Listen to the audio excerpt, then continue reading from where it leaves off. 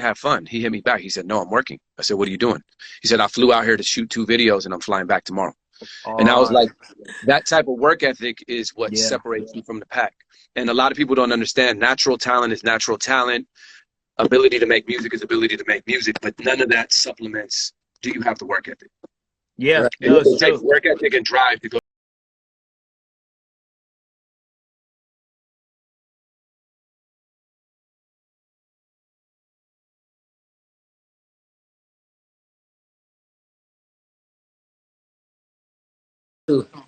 Otherwise it's not gonna last, you know what I'm saying? Like you could tell, everyone knows the people who is really clear why you even started doing this, right? You know what I'm saying? Like, because y'all fall off because it's like, oh, you were doing it for the perks and for the points. I can tell you don't actually love this shit. That's why you fell off, you know? That's what I'm telling my homeboys too. I'm like, when you go in the studio, don't really do it, record your music, the shit on that bitch, you know what I'm saying? Record it for your people, because now that's gonna make you want to drop 2, 3 more songs when you tired. You know what I'm saying? Yeah, that's real. I'm ready to go home. I got another boss in the building. You dig? What's popping? What's good, my guy? Go, my boy. What's up? What's popping, yeah? We're on the studio hanging out, making new masters. Making new masters. Hitmaker, I owe you a couple. Hitmaker. Yo, bro. I'm sending you some shit. Don't worry about that. I'm gonna text it to your phone. I need a couple vibes, man. For real. We overdue. I got you. That's a fact.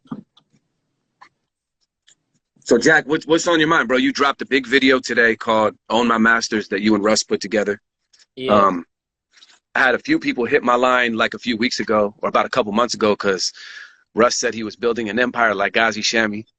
I'm not gonna lie. That felt good in my spirit. I appreciate it. It feels good to be recognized by somebody that has done very well for himself. So I appreciate that. But that brought us to a pretty cool conversation and a pretty cool narrative, which is we're in a space now where more than ever artists are able to dictate your legacy, able to dictate your path. There's more empowerment now than ever. And something that's always been fundamental to the nature of my company is I always said, I want to be a green light when everybody else is a stop sign. And so I've always believed in enabling and empowering artists, whether it was through licensing masters rather than owning them, or providing studio time, or providing budgets, or radio, or whatever it was. I always just believed in artist empowerment. And so I believe that Jackboy embodies the spirit of me saying, hey, run wild. Like, he got out of jail. I sent him a DM and I said, I've been holding a check for you for a long time. You don't know me, but I got some money for you, because when you went to jail, his brother Kodak, but we're keeping it real. His brother Kodak gave me his tape and said, load up this tape and hold my brother's royalties for him. And then Kodak happened to go to jail. Jackboy got out, and I was holding his royalties for like 2 years. And so I sent him. I'm like, what the fuck? Who this is? Yeah, and then I told him, I said, fly out here and maybe we can turn this into more money. And I gave him an opportunity. But at the end of the day, all I did was open the door. It was up to him to walk through it. And not only did he walk through it, he walked through that bitch with swag. So, yeah. Now, and so I'm very proud of watching the independent nature of artists in 2021 is really amazing. And you're a big part of that. Like, what you did in the last few years is a big part of that narrative. And you guys making this record is really dope. Yeah, no, the song is fire. Jackboy went crazy. And just the fact that he's already on the whole Own My Masters thing, man. Like, that's what you should be on. But what do you mean by hold his royalties? What does that mean? He was making, I'm a distributor and a label. So I was distributing his content for him. And while he was in jail, the royalties were accumulating. And I didn't know who to send them to. So when he finally got out, I seen on Instagram. Right. Yeah, I DM'd him. I said, what's your account number and your routing number? He said, for what? I said, I got some money for you. And then I sent him what I was holding for him. And he said, what is this for? And I said, your tape has been streaming, bro. Like, you got real fans. Come out here and let's turn up. Y'all got a portal that you could have sent him a login so he could see the money? Yeah, absolutely. Yeah, we built a portal back in like 2009. Fire. So we've had a portal for a long time. And now we're on a whole nother wave. Like, I'm starting to build a lot of other tools like financial forecasting, I'm proper. only asking because I would be hella sketched out if somebody was like, yo, I've been holding your royalties for 2 years. I'm going to send you a check. I'd be like, Yeah. that's nice. Send me the log and I'll let you know if the numbers make sense. Yeah, absolutely. Transparency is king. Yeah. Nah, I respect what you've built, man. It's like, it's you know, the results show, you feel me? And I've never heard, you know, everyone has a problem with their fucking label and who they fuck with. I don't know if I've ever heard anyone have a problem with Empire. So that speaks a lot. Because, you know, artists are fucking emotional as hell. So it's like, the fact that no one says shit. I started off on the artist side, so being able to be in the driver's chair and be like the person that gets to be in charge and make sure that the car doesn't wiggle and the car drives straight is a, you know, it's definitely like the crown is heavy, but I rock with it, and I feel very fortunate and blessed to be in a position to provide a vehicle of change for artists. So that's why I'm always in the studio. I'm always like hanging out. Like they're not my artists, they're my business partners. You know what I'm saying? So it's a much different. It's a much different breakdown. Like when you're sitting with somebody and you're talking about how do I trademark, how do I do my taxes, how do I develop my LLC infrastructure, how do I hire employees, how do I do a JV? What does that exactly mean? How do I collect my publishing? Then you got a real deal breakdown to them guys when you say business partner, like for the people on here, like this when it's time to it's real deal business partners. Cause when it's time to drop, you know, some labels will be like, nah, don't drop your album. Even though I had that with Empires, like hold it for some days, I still had times where I have the option where I'm like, nah, fuck that. Now I'm dropping it. Yeah. I drop, it don't be no problem. It don't, know what I'm saying? That's important though. That's important. Hell yeah. That's important. Yeah. Like, so that's another thing that his input is definitely very valuable to the team. He's very integrated into the way the company works. Gotta be, man. Gotta be. Yeah. Like when you're the artist. See, this is what I love about working with people who understand that. Look, this is the artist's vision. You're here to facilitate it and push the button on it. Right. You know what I'm saying? And that's what's important. When shit gets fucked up, is when labels start thinking that it's their vision, and it's like it's not your vision. You know what I'm saying? See, sometimes as the artist, you gotta be like, all right, Jack, let's not just drop this hard ass Russ song. Let's do a rollout. You gotta understand that. Now, then that shit makes sense for sure. But sometimes, as the artist too, the label not understanding your fans, and it's like, bro, I gotta drop right now. Now, yeah. They need something right now. A lot of that has to do with, are you in tune with the artist that you're working with? Are you in tune with your business partners? And the analogy that we use internally a lot is I say, look, it's your car. I'm just the GPS. Call on me when you need direction. Right. I like that. And we really mean it. Like he's seen it firsthand. We allow him to drop record. There's been times when we cut a record on Thursday and on Friday the record is out. Back to back. Who y'all use for a distributor? Like on the back? It's just us. I built the supply chain 11 years ago. So we're direct with every DSP in the world. That's why our collections are faster. Our transparency is better.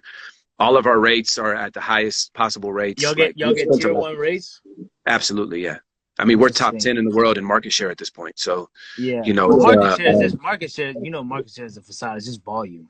It's about, but here's the thing: we've managed to create market share without putting out volume. We've been very careful to put out quality records rather than a lot of records. So, as a distributor, if you look at volume, we're like 1/10 of the size of other distributors in terms of volume. But when you look at all the plaques on the wall and you look at consumption, our consumption is extremely high because we've partnered with artists that we really believe in. Yeah, I get that. So y'all don't use. There's no like middleman between y'all. There's no middleman. There's no Merlin. There's no. No. Oh, that's fire, bro. Yeah, y'all got just direct we've used Merlin. We've used Merlin for a couple of deals, but not for. It's not like a blanket deal with Empire. No, not for distribution. We don't use Merlin for distribution. Merlin is an agency that sometimes goes in and facilitates certain relationships. So every once in a while, you'll look at a Merlin deal and you'll say, look, Merlin has like hundreds of labels inside of their consortium. And I'll give you an example. Like there's certain situations where Merlin might have equity in a DSP. If I take the Merlin deal, then I am privy to the equity in the DSP. If I don't take the Merlin deal and I do the direct deal, then I might not get the equity because the Merlin deal might be a 10-year-old deal prior to me even existing, right? Yeah. So we always look at all deals. I mean, we have like 7 lawyers just working all day on behalf of the company. So it's a tremendous undertaking, But when you're able to be direct with all the DSPs and have that full transparency on everything that's occurring from a marketing angle, from a development side, supply chain, reporting, analytics, that's why we're fundamentally so lean and we're able to move so mean as a company is because of the access to the information. That's fine.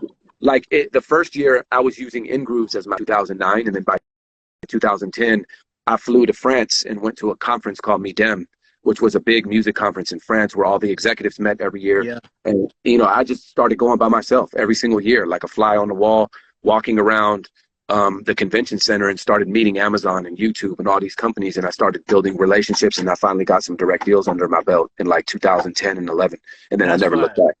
So it was a lot of hard work, but it was definitely worth it, because now we're in a position to be able to do things for artists like Jackboy and Money Man and all the amazing things that we're doing. And it also opened up the landscape for companies like TuneCore and all them to flourish, which empowers artists like yourself. So yeah, that's right around the time I was using TuneCore was 2010, 2011. I'm a big fan of artist empowerment.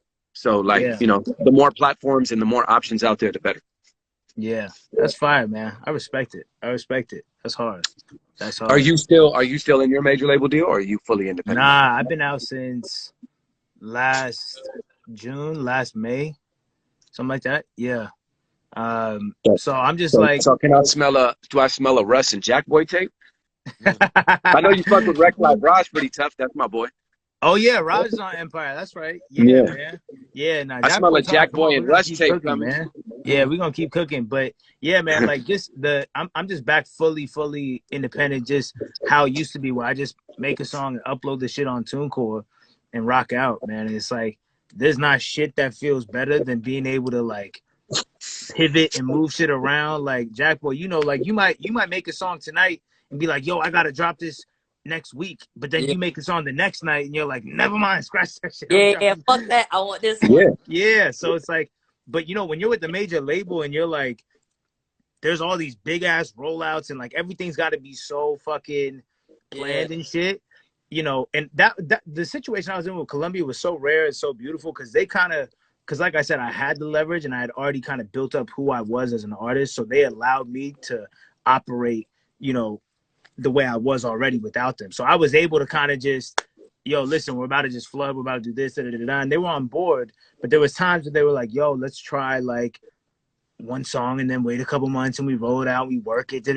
And I'm like, man, I'm telling you, I'll wake up on a Sunday, make a song and be like, this has got to come out now. Well, I think the beauty of the way Empire does business is we are from top to bottom all about supporting the artist. So you could call me on a Sunday morning as a CEO of the company and say, I want to drop in 3 hours, and I'll make sure to facilitate that it's out on Apple Music in 3 hours. So come on, you can't make sure it's out on Apple Music in 3 hours. Apple Music is playing with how fucking give me a record tonight and I have it on Apple Music by it's 9:40 right now. I'm gonna do one song on Empire to test that. It's gonna be on Apple, Russ. I'm gonna do one song with you to fucking I'll send you an Apple link in about 30 minutes. Send me a record. So here's the beauty of Empire. It's all the autonomy of TuneCore, but then you have the size and the strength of a major behind you when and if you need it at any given moment. Plus, don't you work close with Atlantic, right? I used to many years ago, not anymore. So they don't have any involvement in Empire business? No, not at all. No, I did a JV with Atlantic for Drum in 2014 for the same exact reasons that you did a JV with Columbia. I didn't have a radio team yet, and I wanted to learn the radio game. So I did a JV with them. It lasted 2 years. It expired, and I was always independent. I just gave them one artist. I gave them Drum. Fire. Bro, so 3 hours on that, because that's the thing with Spotify, you can do the time release and it's money, and it never fails. Apple be the shit where it could be up there 2 hours later, 20 minutes later, right on time, early, right. I don't know how they figured out how you can fucking walk around and track steps with the Apple Watch, but they can't figure out how to fucking make a song come out on time. They don't have time releases in their database yet. I don't know why. Which is crazy. But I would love to do a release with you. Why don't we make it a Jackboy and Russ song? There's no clearance issues at Empire. I clear everything for all my artists. We don't block side artist clearances. Yeah, but you got to clear samples. You got a clearance agent? Samples. Yeah, we have a clearance team. Yeah.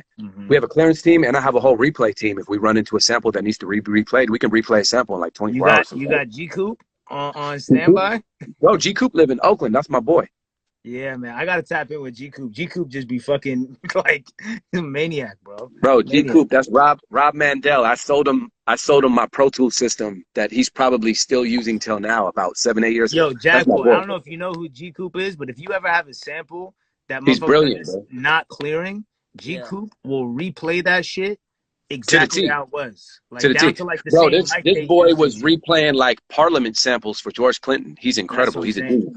Because I've had issues where like I had a sample, I had some shit go dumb viral. It was like a Beauty and the Beast sample. Like, can you replay flip of that?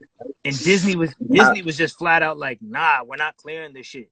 So I bet you Reese can replay shit too, Jack. Disney. Yeah, we had to hit up Disney, and I was like, yo, I'll literally give y'all 100% of everything, and they were like, nah, it's just not on brand. It's like, what? I'll give you the entire song. They don't care. I had a song like that, like a Martin Luther King song, and I said a cuss word. It wasn't going. Oh yeah, I tried to sample Al Green.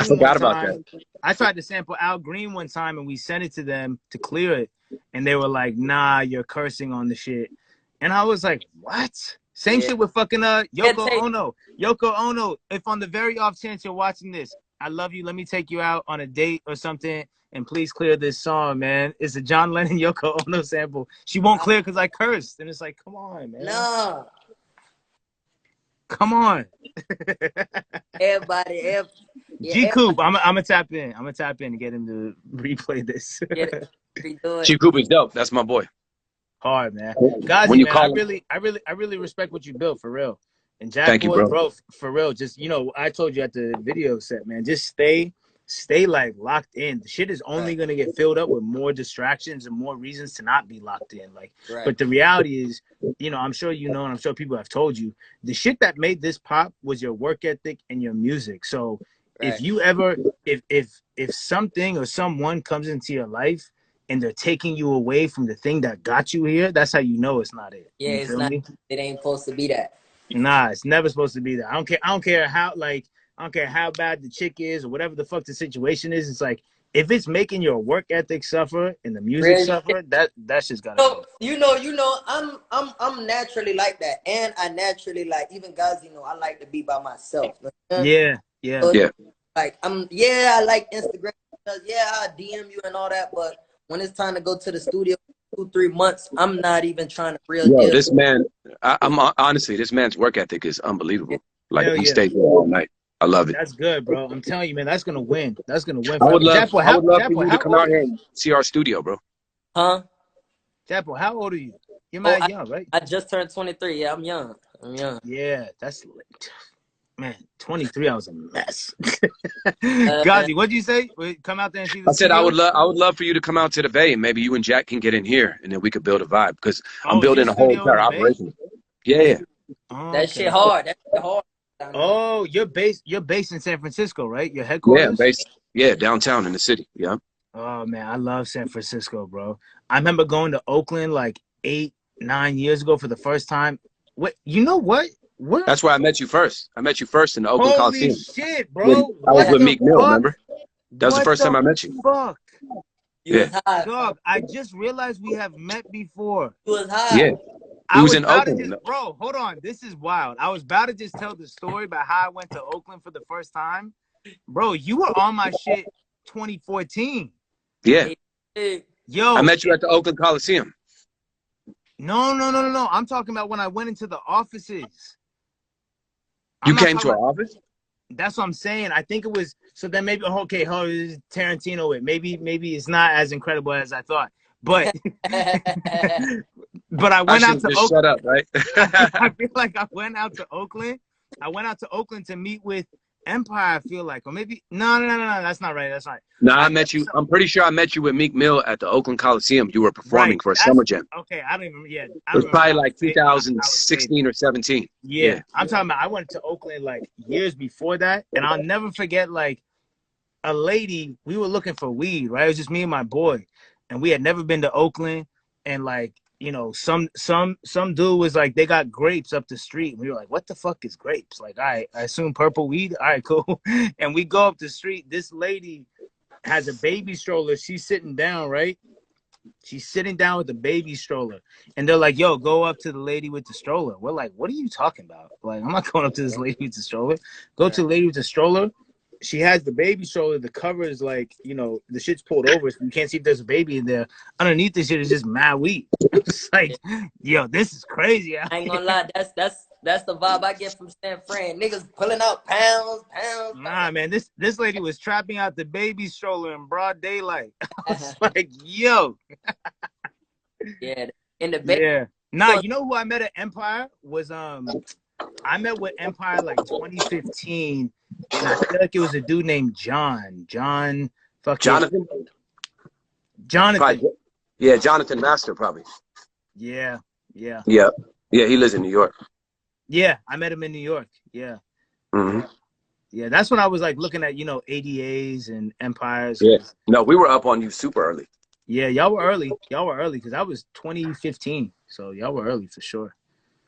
Yeah. So what's the plan next for you? You got a tape coming? You got an album coming? Just gonna keep dropping singles? Yeah, I'm gonna just fuck people up, bro, and run up this bag. You know what I'm saying? It's not even about the money. It's not. It's about refreshing the catalog so that everything is an era for me. You know, that's how I feel. Like if I go look at I was saying it the other day, like I go look at my top Spotify, right? Like the top 5 popular on my Spotify, and I'm like, man, this is really 4 different eras. Like one of them, you know, 2 of them are from my first album in the SoundCloud run. One of them is from in between my first and second album when I was still flooding. One of them is from my second album, and the other one is from my most recent shit. So I'm like, man, you know what? Now that I'm independent, I'm trying to give my fans like just a whole new era where in a couple years they can be like, yeah, I remember that. So, you know, I think it's arrogant of me to just try and put out a tape, you know, like what I realized, bro, is that this whole shit is about sharing and it's about giving, and the language and the vernacular that people use in the industry with streams and, oh, put it out or release it, I feel like has a fucked up context and it muddies the meaning. Really what it is, it's listens and sharing and giving. Right. That's what it is. It's not like, yo, how many streams did you get? It's not how many people listen to your shit. And it's not, yo, put it out, release it, drop it. It's share it. You feel me? When you tap into that energy, that's like, that's what's going to get you the shit back. You feel me? Like, I'm just trying to share all my hardest shit on my computer with my fans. One of them motherfuckers going to do what they That's it. Hey, I on that because I feel you, bro. I feel you. Because you just see people, it takes time when they get all that. But in the long run, it's like who real deal winning. You know what I'm saying? Yeah, nah, for sure, bro. Because people, and I fell into this trap for a second mentally. I won't even lie, but a lot of artists and a lot of people in general are only focused on what they can get from a situation and what they can get from. It's like, man, you know what? I'm tapping back into the idea that I'm making shit that I love, and all I want to do is share it and give it away. Whatever the fuck happens after that is whatever the fuck happens after that. Let the chips fall where they may. But that's all I'm doing right now. So all I'm focused on is making shit I love and sharing it. Whatever the fuck happens after that is cool. And Jack, what's up? What's up next for Jack? Shit, you know, I feel the same way. I felt like I wanted to come on their ass like I did last year, just drop, and they gonna notice it, and then they gonna notice it. Look what I got in the lab with me, bro. Come here. I got your new little secret weapon. Hey, y'all, that's Russ, this is Reese. He's an incredible producer. Okay, word. What up, bro? What's happening? He's looking like a ninja right now. What the fuck? Hey, he ready to fuck some shit up. Yeah, I can tell. At studio, he gonna fuck some shit up every time. He can play a lot of instruments. He's a very talented human being. Is he with 1500 or nothing? Who or not? Is it solo? Nah, I just nigga come from that church, man. So you know. Oh, so you got the gospel chord progressions on live. Come on, come on. That feeling, gonna make you feel it. Send me some minor 7 chord progressions, bro. Come on, say no more. Say no more. I got a grand piano sitting right in the other room, bro. Come out. I hope it's out of tune. Those are the best ones. I got an old upright piano that's completely out of tune. It's dope as You fuck. know what's fucked up, bro? There's a song on my first album called "I Want to Go Down with You." It's when I first met my manager Milan in Toronto. We go to his studio. The piano's wildly fucked up, wildly old. I sit down and I start playing the song that ends up becoming I want to go down with you. Record the song. It's me playing that piano. I don't care what piano in the world I go on. I can't ever replay it because that shit was so out of tune that I don't even know. You know what I'm saying? Like, I tried to call the studio and buy the piano because I was like, bro, I gotta have the piano. You know what I'm saying? You know, like, you know the piano, Jackboy, the one you took the picture in front of. Right. That the one in the open space, that one's completely out of tune. Yeah, But it's those fire. are the best, bro. Because Piano. you get a different sound out of those. Like, you don't want that shit hard. You know what world we live in right now, and this is actually incredible. The world we live in right now, photo shoots are out. Fucking perfect looking shit, perfect sounding shit is out. Why do you think like most people would rather? Most fans in the audience. It sounds like some Money Man conversation, bro. I was just about to say, you sounded like Money Man. Yeah, you sound like Money Man. Right? Come here. Hey, Money Man, you told I'm me trying that to tell same you, shit. bro. Listen, the reality is that Money Man, I'm not mixing my shit. That's Money Man. Listen, the reality is that people in the audience don't want to see some perfectly doctored up photo shoot that like they would rather see an iPhone photo of you just chilling in your natural because it feels more human. It's more tangible. than the It's photo tangible. shoot. It's listen, we're in the time where you can't fool me. You know what I'm saying? And you're not that fucking epic. You are, but at the end of the day, everyone is so accessible. Celebrities are so accessible that for you to sit there and act like you're some only time you see me is a photo shoot magazines. It's like, bro, shut up. It's like post an iPhone photo of you doing some casual shit and I'll be more of a fan. What? You know what I'm saying? Like, get on live and holler at me right quick. You know what I'm saying? Yeah, bro, because that's the world we live in. People, the kids nowadays are growing up. It's the human connection. It's all about the human connection. Yeah. That's it, bro. People, the fans and the artists, I mean, not the fans, the artists who win the most are the ones who the fans feel the most. And the fans feel artists the most when it's relatable. And what's not relatable is a fucking photo shoot done by the greatest photographer in the world. That's not relatable. What's relatable is yo, here's just an iPhone photo my boy took of me posted up at the house. That's relatable. You know, and then that became your single cover. Hey, and it's Russ, organic and authentic. I ain't gonna lie. I feel like who the fans. I ain't gonna lie with that one. I feel like the fans feel whoever, but I feel like the artists that got longevity is the ones that the fans feel the most. Well, so but exactly though. So like artists who don't have longevity, I'm not even fucking talking about that. Yeah, they ain't they gonna make 2-3 songs be turned for a year then just be gone. They gonna be out of here, bro. Yeah. Because they're short-sighted. Because at the end of the day, you know how humans are. Humans want fucking. I'm going to the gym on Monday, and I better have a 6-pack on Tuesday, and I'm not even thinking about Thursday. Oh, that's you feel me? I'm telling you, bro. Like so it's like on Thursday, but I just what the fuck? Yeah, but that's so like so people don't really plan ahead, which is it has its pros and cons. Being tapped into the present moment fully is beautiful, but when you're completely operating as if you don't care about making shit last, and when you can't see past 5 minutes, there's a reason why you're not here 5 minutes later. Real shit. You know me? Like it's all about authenticity and continuity, and I think the companies that have been the greatest are the ones that are able to quantify and maintain their continuity. And the best way to do that is to be as authentic and as faithful to your brand as possible. And so when you're faithful to your brand, the chances for continuity are far greater. And then that's how you outlast everybody else. Because a lot of times it's really about outlasting. Bro? That just reminded me of a great book. The Brand Called You. It's a great book because you're talking about making sure everything's authentic with your brand. And I know a lot of people watching might be like, what does that mean? I'm just me. What's my brand? Your brand is you. You start getting fucked up when you start thinking that, oh, my brand, I'm going to be this, I'm going to be that. That's when you got to wake up every morning and put on a costume. You got to talk a certain way, dress a certain way. Yeah. It's like, bro. You got to come on live gangster every day.